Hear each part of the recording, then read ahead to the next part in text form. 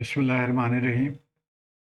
आज की इस वीडियो है फोरियर ट्रांसफॉर्म से रिलेटेड और यहाँ पे हम एग्जांपल 18.7 और प्रैक्टिस प्रॉब्लम 18.7 सॉल्व करेंगे। और इसके लिए फरमाइश की एक स्टूडेंट ने यूनिवर्सिटी ऑफ नमीबिया से। आइए देखते हैं। ये क्वेश्चन है। आ, देखें यहाँ पे रजिस्टर और कैपेसिटर है और इनपुट पे ये सिग्नल दिया हुआ है। आउटपुट वोल्टेज चाहिए। तो सबसे पहले जैसे हम करते हैं कि आमतौर पे जो टाइम डोमेन सर्किट है उसको फ्रीक्वेंसी डोमेन या फेजर डोमेन में कन्वर्ट कर लेते हैं। ये तमाम चीज़ें एक ही हैं। फ्रीक्वेंसी डोमेन कहें, फेजर डोमेन कहें, आप फोरियर ट्रांसफॉर्म में उसको कन्वर्ट करना कहें या लैप्लास में कन्वर्ट करना कहें, बेसिकली एक ही चीज़ है, थोड़ी बहुत में फ़र्क है। तो बहरहाल हम को फ्रीक्वेंसी डोमेन में कन्वर्ट कर लेंगे और ई ए टी का ये फार्मूला जो है उसको यूज़ करेंगे। और कैपेसिटर का आपको पता है 1/j⍵c होता है। तो ये 2 e⁻³ तो ये हो जाएगा 2/3 + j⍵। इस फार्मूले को हम फॉलो कर रहे हैं। यहाँ पे देखिए गौर से, ए जो है वो 3 के बराबर है और कैपेसिटर 1/j⍵c अगर कर लेंगे तो 1/j⍵ हो जाएगा।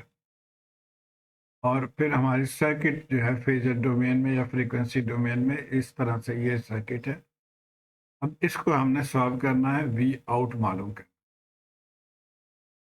तो जनरली तो हम इसको वी आउट डायरेक्ट ही मालूम कर सकते हैं, जैसे कि मैंने यहाँ पे वो किया है। यहाँ पे अब वी आउट क्या होता है कि वी इन डिवाइडेड बाई ये जो कंपोनेंट है यानी 2 + 1/j⍵, मल्टीप्लाइड बाई जिसके क्रॉस आपने मालूम करना है, तो 1/j⍵ से मल्टीप्लाई कर दिया। तो यहाँ से डायरेक्ट आंसर निकल आएगा ये आंसर। लेकिन बुक में एक चीज़ को एम्फसाइज करना चाह रहा है, वो है ट्रांसफ़र फंक्शन। तो हम भी उसी को फॉलो करेंगे। वो ट्रांसफ़र फंक्शन आपको पता है, ये y/x एक्चुअली होता है आउटपुट ओवर इनपुट। और वहाँ से अगर आप आउटपुट मालूम करना चाहें तो h⍵ और इनपुट से मल्टीप्लाई कर देते हैं। हम यहाँ पे वही चीज़ फॉलो करेंगे। वी आउट पहले हम यहाँ से निकाल लेंगे। ये तो पिछले स्लाइड में जैसे बताया था उसी तरह ही है कि वी इन की हम ये वैल्यू नहीं लिख रहे हैं, सिर्फ वी इन लिख रहे हैं divided by 2 + 1/j⍵ multiply by 1/j⍵। और यहाँ से अब हम इसको इस साइड पे लेकर आएंगे ताकि हमें h मालूम हो जाए या ट्रांसफ़र फंक्शन मालूम हो जाए। तो ये आ गया है और इसको हम मज़ीद अब सॉल्व कर लेंगे। एलसीएम ले लिया नीचे वाले का, फिर j⍵ कैंसिल हो जाएगा। तो ये 1/1 + j2⍵ आ गया। ये हमारा h आ गया या ट्रांसफ़र फंक्शन आ गया। तो इसको करने का फ़ायदा ये हुआ कि ये थोड़ा सा सिंप्लीफाइड फॉर्म में आ गया। अब हम इजीली इस फार्मूले को यूज़ करके आउटपुट मालूम कर सकते हैं। तो आउटपुट क्या होगा कि we input multiply by h⍵। अब वी इनपुट की वैल्यू जो यहाँ पे है 2/3 + j⍵, और ये h⍵ हमने निकाला है। तो ये वही आंसर आ गया जो पिछले स्लाइड में हमने निकाला। अब इसको हमने पार्शियल फ्रैक्शन के ज़रिए सॉल्व करना है। तो यकीनन आपको याद होगा पार्शियल फ्रैक्शन के लिए हमको ये तरीका यूज़ करते हैं कि जो डिनोमिनेटर के फैक्टर्स हैं उनको अलग-अलग कर लेते हैं और ए और बी ऊपर लिख लेते हैं और फिर ए और बी की वैल्यू मालूम करते हैं। तो ए और बी की वैल्यू जो कई तरीके से मालूम कर सकते हैं। एक मेथड है रेसिड्यू मेथड, जो आपने पहले भी पढ़ा होगा, तो उसको फॉलो करना है हमें। रेसिड्यू मेथड में ये होता है कि ए बराबर ये जो फंक्शन है इसको मल्टीप्लाई करते हैं जो ए के नीचे है डिनोमिनेटर, यानी ए के डिनोमिनेटर से इस फंक्शन को मल्टीप्लाई करते हैं और कंडीशन यहाँ से लेते हैं कि इसको अगर इक्वल टू 0 कर दें तो हमें j⍵ इज इक्वल टू -3, ये कंडीशन है। अब v⍵ की वैल्यू ये पूरा यहाँ हमने पुट कर दिया। अब ये 3 तो 3 कट जाएगा। तो अब ये फंक्शन रह गया। अब हम यहाँ पे जे ओमेगा की वैल्यू पुट करेंगे। तो जे ओमेगा की जगह पे -3 पुट कर दिया हमने। तो ये हमें आंसर आ गया -0.4। तो ए हमने इस तरह से निकाल लिया। अब हम बी निकालेंगे। एग्जैक्टली सेम टेक्निक, जो बी के डिनोमिनेटर है उससे हम मल्टीप्लाई करेंगे हम वी आउट को, और ये दोनों अब कट जाएंगे, ये और ये कट जाएंगे। तो 1/3 प्लस जे ओमेगा, और कंडीशन अब यहाँ से क्या होगा, जे ओमेगा इज इक्वल टू -0.5। इसको इक्वल टू 0 पुट करके निकालते हैं। जे ओमेगा की वैल्यू हमने पुट कर दिया, सॉल्व किया तो 0.4 आ गया। तो इसका मतलब इन फ्रैक्शन हमारा जो है वो ये आ गया इस तरह से। पार्शियल फ्रैक्शन की वैल्यू, अब ए और बी की वैल्यू हमने पुट कर दिया। तो ये हमारा फंक्शन आ गया। अब ये हमारा आंसर मुकम्मल है। अब हम टाइम डोमेन में जाएंगे इन्वर्स फोरियर ट्रांसफॉर्म लेकर। तो अब हम यहाँ पे हैं, अब इधर जाएंगे, हम टाइम डोमेन में जाएंगे। यही फॉर्मूला या यही शेप है, देखिए दोनों में। तो अब हमारा आंसर आ जाएगा -0.4। यहाँ से आ जाएगा e⁻³ TUT, e⁻⁻AT। ये हमारा 3 है, तो -3। इसी तरह दूसरे का भी 0.4 e⁻−0.5 TUT। और इनमें से अगर 0.4 कॉमन ले लें तो ये एक बेहतर शेप में आ जाएगा। और पहले पॉजिटिव टर्म को हम लेकर आ गए, उसके बाद ये वाले। तो ये आंसर है। अब आ जाते हैं हम प्रैक्टिस प्रॉब्लम को देखते हैं। प्रैक्टिस प्रॉब्लम में सिर्फ ये फ़र्क है कि वहाँ कैपेसिटर था, यहाँ पे इंडक्टर है। दूसरी बात यह है कि रजिस्टर के अक्रॉस वोल्टेज ले रहे हैं, पहले हम कैपेसिटर के अक्रॉस ले रहे हैं। बहरहाल टेक्निक सेम है। एक चीज़ और जो न्यू है वो है ये एक फंक्शन, सिग्नम फंक्शन इसको कहते हैं। और इसकी वैल्यू भी उन्होंने दे दिया है। और ये पहले हम थोड़े से सिग्नम फंक्शन क्या है इसको समझ लेते हैं। और ये टेबल है से, इसमें से टाइम डोमेन में अगर सिग्नम है तो फ्रीक्वेंसी डोमेन में 2/j⍵ हो जाता है।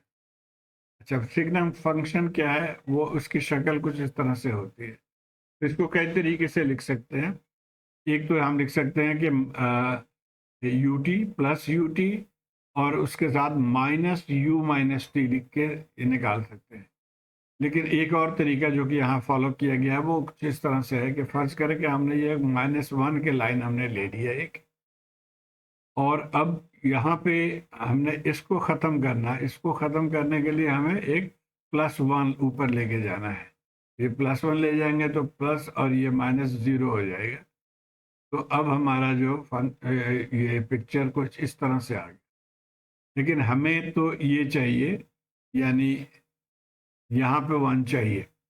इसका मतलब है कि ये जो आया जहाँ से, उसके साथ मज़ीद एक 1 ऐड करना पड़ेगा। तो इसका मतलब ये है कि हम बजाय यहाँ 1 के हमें 2 होना चाहिए, 2ut ऐड करेंगे। तो अब सिग्नम फंक्शन का ये आ गया वैल्यू कि -1 + 2ut। और यहाँ पे भी वही है, सिर्फ 5 से मल्टीप्लाई कर दिया उसने। -5 से मल्टीप्लाई करेंगे तो -5 हो जाएगा, और ये 10ut हो गया। तो ये just to give you an idea. आइए अब हम क्वेश्चन को सॉल्व करते हैं। तो जैसे मैंने बताया था कि सिग्नम के ये है 2/j। तो 2/j, और हमारा 5 सिग्नम है तो 5 से मल्टीप्लाई कर देंगे तो 10/j⍵ हो जाएगा। और h का आपको पता है j⍵l, L1 है तो j⍵ हो जाएगा। अब हमारा फेजर डोमेन या फ्रीक्वेंसी डोमेन में ये सर्किट बन गया। ये इनपुट आ गया, ये j⍵। अब यहाँ पे हमने वोल्टेज निकालना है। तो पिछली स्लाइड की तरह ही पहले हम h⍵ निकाल लेंगे।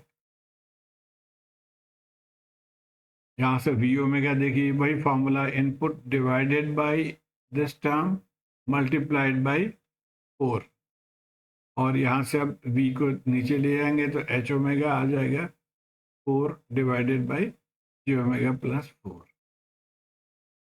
अब यहाँ से हम वी ओमेगा ले लेंगे। वी आई की वैल्यू J/10 है और ये हमारा H ओमेगा आ गया। तो ये सॉल्व करके आ गया। अब इसको भी हम पार्शियल फ्रैक्शन से ही सॉल्व करना होगा। तो A divided by one of the factors plus B divided by जो दूसरा फैक्टर है वो।